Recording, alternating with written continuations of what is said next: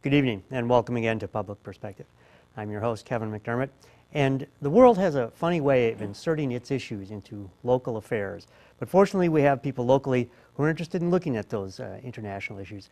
And our guest tonight is Sana'a Hussien, the Special Initiatives Director at the UN Association. Sana'a, welcome back to the show. Thank you, Kevin. Thank you for having us and letting us have this opportunity to discuss our initiatives. So special initiatives, what are they and why do they have to be special? Well, they're special because they relate to things that are going on currently and what can we Americans on the ground do to effectuate the UN's initiatives with respect to those conflicts. And what are some of the major ones? I know you know them so well and you deal with them every day, but I'm afraid many Americans don't pay as much attention to what's happening around the world. So what are some of the major crises that your association is looking at now? So there are a lot of the same crises that we face right here in America, hunger and poverty, education, and it just so happens that our Special Initiatives project that we've committed to right now relates to education for refugees. Refugees, any particular group of refugees or just refugees generally?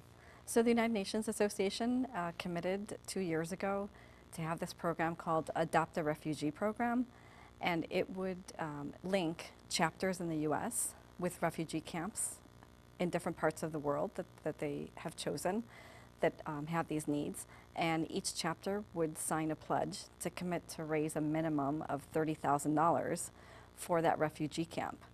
And those funds would go specifically to education and more directly towards building a classroom for the refugee camp. Now, talk for a minute about education. What happens if this initiative were not to go forward, if the money couldn't be raised, would the kids in these camps have any access to education? They would probably have very little or none whatsoever. Based on the statistics right now, we have about 65 million refugees all over the world. And that's a lot. That's the size of a medium-sized country. Absolutely. Right? And I think that... yeah, what does that stand in historical perspective? Is that a large number for any time in history? I mean, even in the world wars, were there that many refugees in World War II? Yeah, there have always been refugees, throughout history, but it does seem like this has been the most. And usually the refugees are from, of course, we know, from war-torn countries, very poor areas. And during the past 20 or so years, it hasn't been the case. It's been even, countries who never had war and now have war. Or that were fairly well off. Syria and Iraq, for example, Exactly. were fairly prosperous countries till they descended into war. So there have been millions displaced from just those two countries, right? Absolutely. And as we've seen, they're not simple conflicts. They're not conflicts that we thought would go on for this many years. And so that means that people who are fleeing are they're displaced and they have no access to things that we deem normal in our daily lives. Although it's a little far afield, I just want to reflect for a moment on how policy decisions have ramifications that last far longer than the administrations that make them. So, for example, when George W. Bush decided to invade Iraq in, what was it, 2002? I know it's been long enough ago, or I forget the exact date. There was a sense, and if you read a lot of the commentary, it was like, well, this is already one of the most unstable regions in the world. Why would we want to inject this enormous amount of extra violence into an already unstable region? Won't that have repercussions? And a lot of this instability, I think, can be traced back to that initial war in Iraq. It's possible that ISIS was created out of that. The crisis in Syria may have been created out of that. And so these policy decisions have really very long-term ramifications. Are these some of the things that you wrestle with as you look at, like, the immigration crisis, for example? So as the United Nations Association, we don't get into the politics of it. What we get into is how can we remedy the situation on the ground. The politicians have already messed it up. How do we fix it, right? Right, because I mean the UN has people ambassadors who handle those issues, but in terms of what our associations do across the country, is we don't get into the politics of it, Mhm. because that is for the politicians and the ambassadors. That's their job. And frankly, I don't think we'd get anywhere if we did that, because then we wouldn't be able to use the platform to help the people who need the help. So other than schools, which is certainly a major initiative, what is it that the UNA can do for the refugee crisis and this enormous 65 million population of refugees? What else can be done? So one, in my opinion, the most important is it's not just the education of the refugees, it's educating Americans with respect to, what's going on in the world and why it's important that we pay attention to it and why we should give it our attention and how we can help alleviate the situation. We may not be able to solve, the conflict issues, but what we can do is to make sure that these children, these refugees, are educated so that they can actually participate in society. And a lot of times if that's all I say, it seems like a lofty goal, and people already start tuning you out. But if they were to learn, what it means for a child to get an education, for a refugee child to get an education, and see the possibilities, and it's not just the possibilities for that child, it's also the benefits that our country or any other country that has refugees can gain from.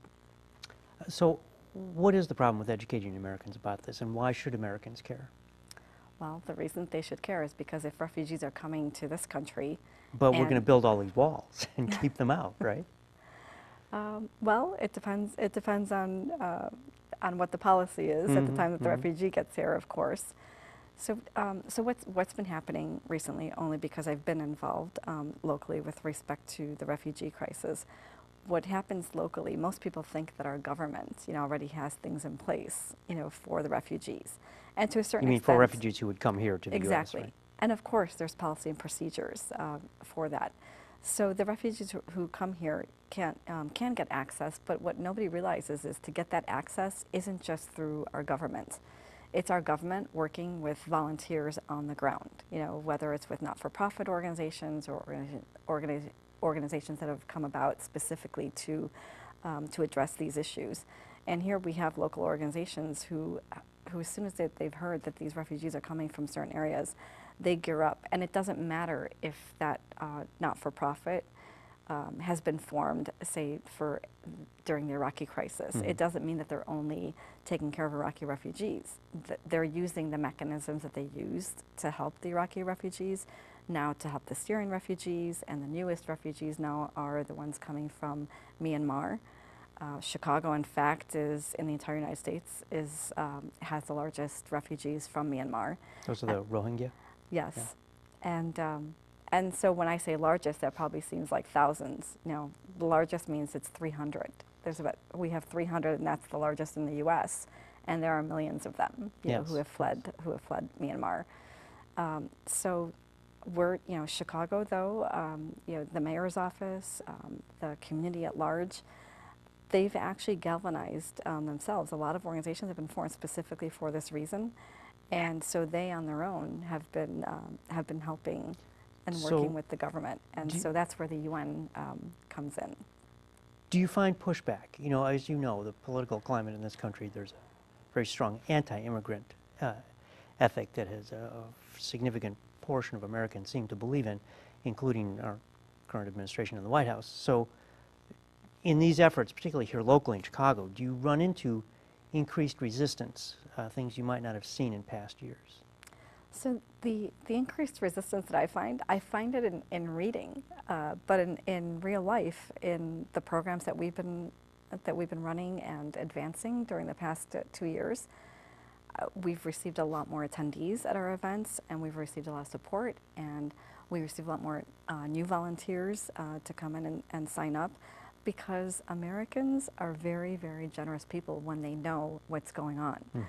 And so that's what we're counting on. We're counting on the fact that the more we educate our community regarding what these conflicts are about, what it means to be a refugee, what the domino effect is of being a refugee, we get people who are galvanized and support.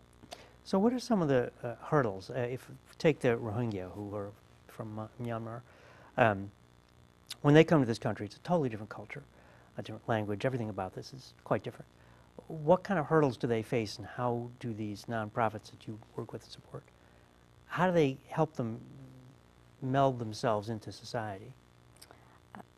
The lucky thing for the refugees who are coming to the city is that the mayor has initiated a program, One Chicago, and so they get the benefits of what Chicago has to offer. In fact, the center that's assisting them is on the north side of Chicago, and then they get the benefit of the not-for-profits that are in Chicago. That one of them I know is Zakat Foundation, which just the meaning of the word zakat means is to give. They're hosting them and they're supporting them in terms of programs and funding, and they're getting the word out. And that means that the more that the rest of the community finds out, the more that they will help. And that help isn't necessarily from people from Myanmar, because we don't have a huge Myanmar Population community here. Exactly. So they're relying on the generosity of Americans and those not-for-profit organizations. And it was the same way with the Syrians. It was the same way with the Iraqi refugees, and then, notwithstanding that those are the conflicts that we're aware of, and that those are refugees who are coming to Chicago, our chapter, in fact, is supporting raising funds for education for a camp that's in Kenya. And I certainly don't know myself of any refugees here, but I have met people who are now assimilated in Chicago, who have come from those regions, and I've seen firsthand, the importance of education. In Kenya, the refugee camp, it's the Kakuma refugee camp that we've been aligned with, and we didn't choose it. How was it chosen for you? Yeah, so UNA in Washington, D.C. Takes in all the requests or the pledges from each of the chapters, and they just assigned us a refugee camp. And so we didn't have any personal affiliation whatsoever with respect to this camp. And so we're raising funds for the refugee camp there, and and that refugee camp was built in 1992 for a conflict that happened way back then, and now it's still a camp, it's more like a little city, and now it's serving refugees from the current conflicts, and those refugees are from South Sudan and Somalia. Well, there are refugee camps, as you know, in the Palestinian territories that have been there for many decades. Yes. So we think of refugee camps as being temporary, but that's really less and less the case today, right? Exactly. So how does UNA then educate, and who do you educate? So for example, take the case of the Rohingya again. So there's 300 or 400 of them coming into Chicago. Does UNA reach out to certain neighborhoods in the city to say, by the way, some of these refugees are going to be settling here, and here's what you need to know, here's how you can welcome them, here's some things to understand? I mean, how does this whole process work?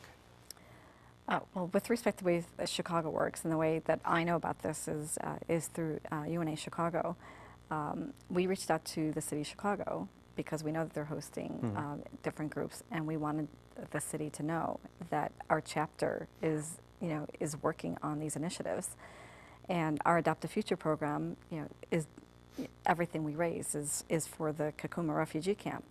But we also care about the refugees who are coming here, and to educate our chapters about this. And so we learned that, in fact, I'm going to my first meeting on Monday.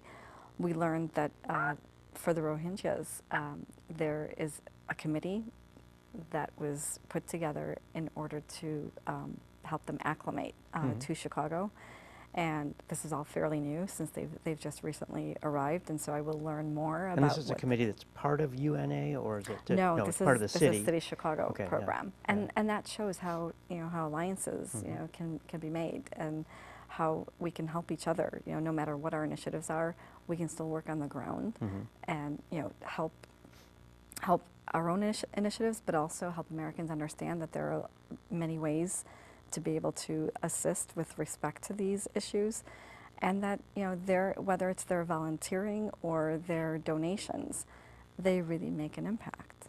So the project that Chicago UNA is working on, primarily the school in Kenya, in the refugee camp, what kind of connection is made here? So, for example, do you try to get donors by showing them, well, here's an individual student, and here's this student's story, and here's what your dollars will be able to do? Is it that level of outreach, or is it a more generalized kind of approach? It's actually both. So when we committed last year was the first year of our program. We sent out information to our colleagues. We held programs at any of the other programs that we had, such as the Model UN programs. Mm-hmm. We had information regarding Adopt a Future, and so people can donate as they wish. And then we did programs that were directly geared towards raising the funds. And I've approached mosques and churches and synagogues in order to see if we can align ourselves with respect to co-hosting programs. And I did raise funds through a mosque, and I didn't have to do a very formal program, because if I was going to raise funds and spend money out of our resources mm-hmm. for an event, we might as well put it towards the education. So what we do is we try and align ourselves with organizations that understand what these fundraising initiatives are, and that they have to be very organic, and that all the funds that we raise go straight to the camp. So with respect to one of the mosques, I merely made a request of the leader of the mosque, and went to the mosque right after a prayer session, and he had announced what we were mm-hmm. doing, and we were able to raise a significant amount of funds just by people just learning that this was happening, that we're trying to get these funds to these children in a camp. In other programs, we've made specific programs where we deliver more information to an audience. And again, these programs don't cost anything to come to, mm-hmm. we don't charge, we do them for free so that we can educate our members or anybody who's interested. So and we've had fundraisers as well. So let me ask you, is there because you had been making these appeals within mosques, is there a religious element to the school or to the program as a whole? Or is it just that's a place where you can connect with people who will make contributions? There isn't whatsoever. I'm actually working with 2 churches also to do mm-hmm. the same thing, and I'm reaching out to a synagogue to do that. We're getting funding from anybody who wants to help. Education is universal; it has nothing to do with religion, and the conflicts are the same way. The conflicts. Mm-hmm. And the school in Kenya is, though, it's like a public school, essentially. Right. Yeah. Exactly. Okay. Exactly. I mean, you don't pick and choose which refugee is coming yeah, to right. the Anyone camp. who's there gets to come and yes. be educated. How large is this camp in Kenya, and how many people are in the camp? How many it's children? like a city. I don't remember the exact numbers, but it's... But tens of thousands? Yes. Perhaps? It's a huge city. It's been there since 1992. They have to keep putting up more tents, and they're not, real buildings. So what will this school look like? I mean, and is there only one school for the entire camp? No, it's a classroom. We build classrooms, not schools, because there's no way we could build a huge brick and school mortar building, huge schools. Right. Exactly. So they're classrooms, and each classroom has a grade level and a number of children that they teach, and I teach who's assigned to those kids. It seems like, not to disparage it at all, it seems like a drop in the bucket in a problem that large. A few classrooms. I mean, it's far better than nothing. Well, the reason that it's still effective and important is the key is to have the children in a classroom and learning, so that by the time they're 16, 17 years mm-hmm. old, that they can at least function and read. Because, like I said, the number of children refugees is half of 65 million. Right. And enormous then number. Yeah, and typically in the U.S., 91% of children in the U.S. who are in those primary grades, 91% are going to school. When they're in refugee camps, it's, I think, about 30%. Wow. And then when you go to secondary education, in America and in developed countries, it's about 64, 65% mm-hmm. who are going to secondary school, and in the refugee camps, it's 1%. 1%. And so that drains every country where there's a refugee. If the person cannot get an education by the mere fact of being a refugee, and nobody gives them that opportunity, and there's no funding for that person to be educated, how is he or she supposed to be a productive citizen of Very difficult, particularly country? in the evolving economy that we see, where education is the key to understanding how the modern world works. Exactly. There just aren't that many jobs shoeing horses or whatever you could do without that level of education. Exactly. So you face the possibility of an entire generation being lost, essentially, to That's the, exactly to the true. world. Those are exactly the words of the United Nations. We're trying to prevent a lost generation. And of 35 million people, or 32, whatever it is, half of 65, 32 and a half, that itself is the size of a small country. 30 million people, it's larger than most states in the United States in terms of Exactly. population.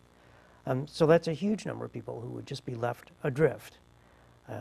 And then people who have no education and no prospects because of that have, I would think, a much greater tendency to become violent because they've been left out.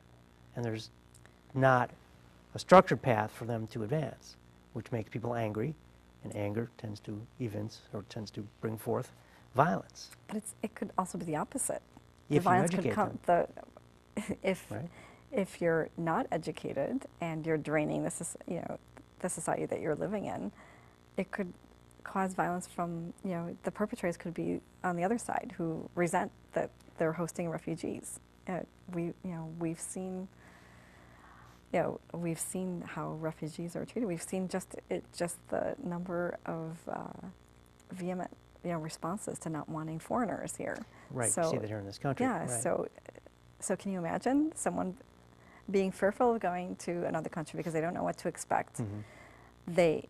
They're begging, to be able to be part of the society, to get an education and to get a better future. Who doesn't want that? No matter where you live in the world, that's what you want for yourself, or or for your kids.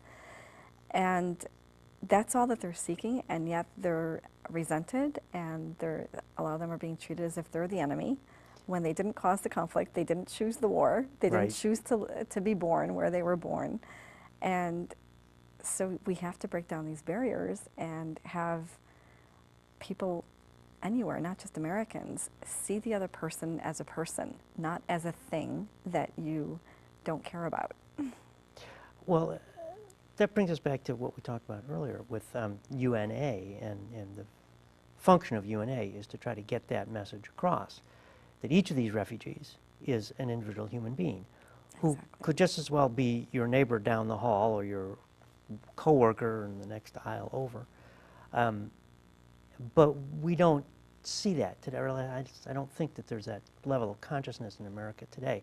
So how does UNA approach that idea? How do you get that message across? Well, it's a coincidence that you mentioned this topic, because at our most recent fundraiser back in January, or actually mid-February, we asked a speaker to speak regarding what her role is with the city of Chicago regarding refugees. And she brought 2 refugees with her, one of whom has her PhD and is a professor at UIC.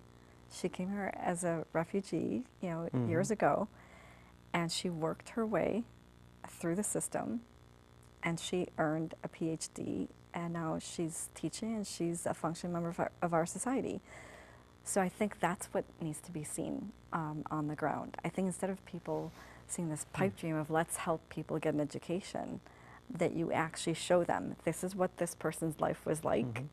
This is what their life was like, during the conflict. This is what their life was like when they became a refugee in a different country, and all of the obstacles that were in their way. And they worked towards it.